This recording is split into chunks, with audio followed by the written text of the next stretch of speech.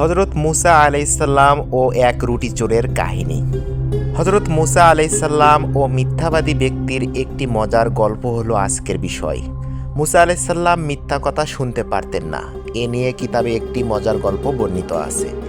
এক ব্যক্তি হযরত ঈসা আলাইহিসসালামের খেদমতে সফরে রওনা হলো। ঈসা আলাইহিসসালামের সঙ্গে 3টি রুটি ছিল। এক নদীর তীরে পৌঁছে তিনি 2টি রুটি আহার করলেন এবং পানি পান করার জন্য নদীতে গেলেন। ফিরে এসে দেখেন অবশিষ্ট একটি রুটি নাই। তিনি সেই লোকটিকে জিজ্ঞাসা করলেন, রুটি কে নিয়েছে?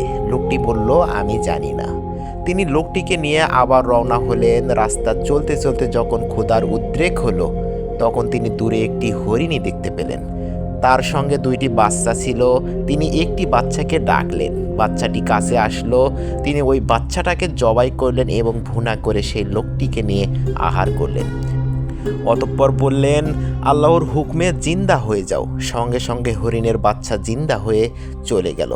ঈসা আলাইহিসসালাম লোকটিকে বললেন, এই হরিণের বাচ্চা জিন্দা হয়ে যাওয়ার মজেজা যিনি দেখালেন তার কসম দিয়ে বলছি, তুমি বলো রুটিটি কে নিয়েছে? লোকটি বলল, আমি জানি না। তিনি লোকটিকে নিয়ে আবার রওনা হলেন। পাহাড় থেকে ঝর্ণা হয়ে নেমে আসা একটি নদীর সামনে পড়ল। তিনি লোকটির হাত ধরে পানির ওপর দিয়ে হেঁটে নদী পার হয়ে গেলেন। অতঃপর তিনি বললেন, যিনি বিনা নৌকায় নদী পার হওয়ার এই মজেজা দেখালেন তার কসম দিয়ে বলছি, তুমি বলো রুটি কে নিয়েছে? লোকটি আগের মতোই জবাব দিল, আমি জানি না।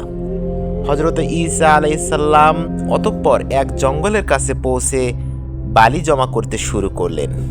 যখন এক বিরাট বালির স্তূপ হয়ে গেল, তখন সেই স্তূপকে লক্ষ্য করে বললেন, আল্লাহর হুকুমে সোনা হয়ে যাও। তখন বালির স্তূপটি সোনা হয়ে গেল। তিনি সেই সোনাকে 3 ভাগ করলেন এবং লোকটিকে লক্ষ্য করে বললেন, এই 3 ভাগ সোনার মধ্যে এক অংশ আমার আর এক অংশ তোমার, এবং অপর অংশটি যে রুটি নিয়েছে তার।